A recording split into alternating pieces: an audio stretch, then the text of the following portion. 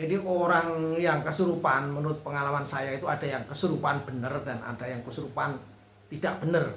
Tidak benar itu ada orang kesurupan itu pura-pura karena minta sesuatu pada orang tuanya tidak diberi, karena kecewa terhadap sesuatu, atau orang kesurupan itu sendiri kesurupan benar oleh sesuatu atau oleh benar-benar yang menyurupi atau yang membuat pura-pura jin yang berpura-pura sebagai orang yang meninggal. Itu banyak sekali kasusnya.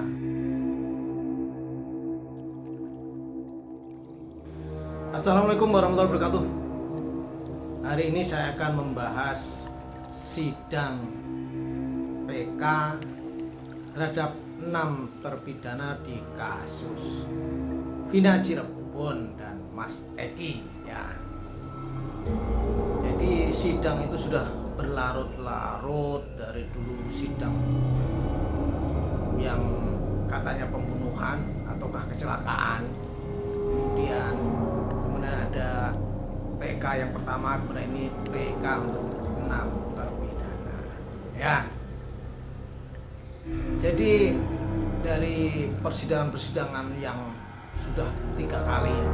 Persidangan pertama yang pada saat penuntutan pertama, dan sudah ada terpidana, dan PK, kemudian PK lagi yang terakhir ini.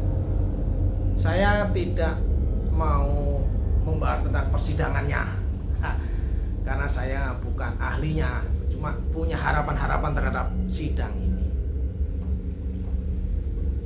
Sidang ini atau kasus ini juga dibumbui oleh adanya, yang menarik bagi saya, adanya kasus orang kesurupan ya.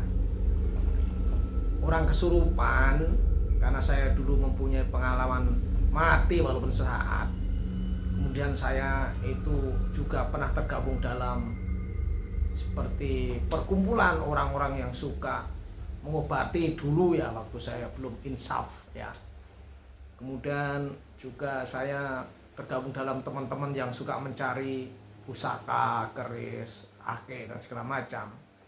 Jadi orang yang kesurupan menurut pengalaman saya itu ada yang kesurupan benar dan ada yang kesurupan tidak benar.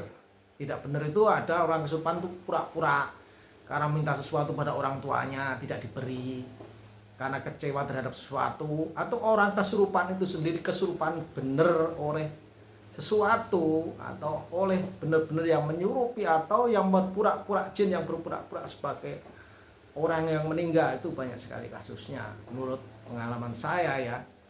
Bukan saya yang melihat, tapi saya ikut mendoakan orang-orang yang kesurupan itu ya. Jadi kasus-kasus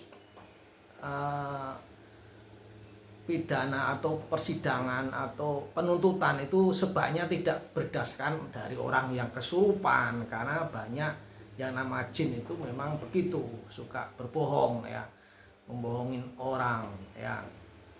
Dan menurut saya atau harapan saya, yang kasus ini itu hakim atau jaksa atau pengacara itu sebaiknya jujur ya. Kenapa? Kasihan yang mati itu dan kasihan yang terpidana ya. Pertama, yang terpidana itu kan seandainya dia tidak bersalah, terpidana itu sangat mengerikan ya, sangat kasihan. Dia sangat tertekan sekali kan, bahwa menganggap bahwa dunia itu tidak adil, Tuhan tidak adil dan segala macam ya. Kemudian bagi yang mati itu Mas Eki dan Mbak Vina ya, itu di alam sana itu pasti sangat sedih ya.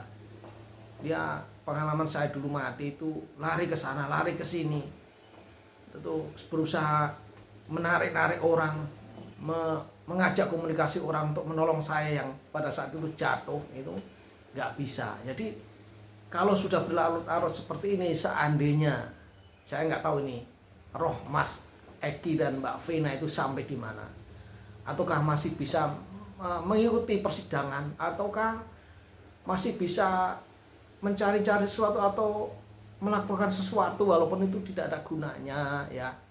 Jadi kasihan sekali. Intinya yang diperlukan Mas Eki dan Mbak Vina sekarang itu pertama adalah doa dari kita semua, mendoakan agar Mas Eki dan Mbak Vina itu diampuni dosa-dosanya. Kedua, tentu saja mereka perlu keadilan ya. Jadi kalau tidak adil, roh-roh mereka yang di sana itu pasti akan sedih. Seandainya itu kecelakaan kemudian ada yang dipidana, tentu akan sedih sekali. Seandainya ini memang ada pembunuhan tetapi tidak dihukum, pasti mereka akan sedih sekali. Dan seandainya ini kecelakaan, tentu saja dia akan mengutuk orang yang menskenariokan bahwa ini adalah pembunuhan. Nah, itu saja kesan saya dan harapan saya, semoga Mas Eki dan Mbak Vina itu diampuni dosa-dosanya dan semoga secepatnya bisa tenang di alam sana. Ya, harapan saya kedua adalah para hakim, jaksa, pengacara, para saksi, berkatalah jujur, jangan membuat pusing atau membuat ruwet persidangan sehingga Pak Hakim atau Bu Hakim atau siapa yang hakim itu tidak bisa objektif. Atau harapan saya Pak Hakim dan Bu Hakim itu menggunakan otak dan pikiran yang jernih sehingga bisa memutuskan kasus ini dengan baik. Begitu harapan saya.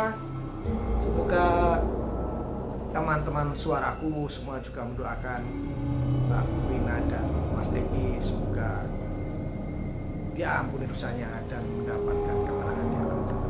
Assalamualaikum warahmatullahi wabarakatuh.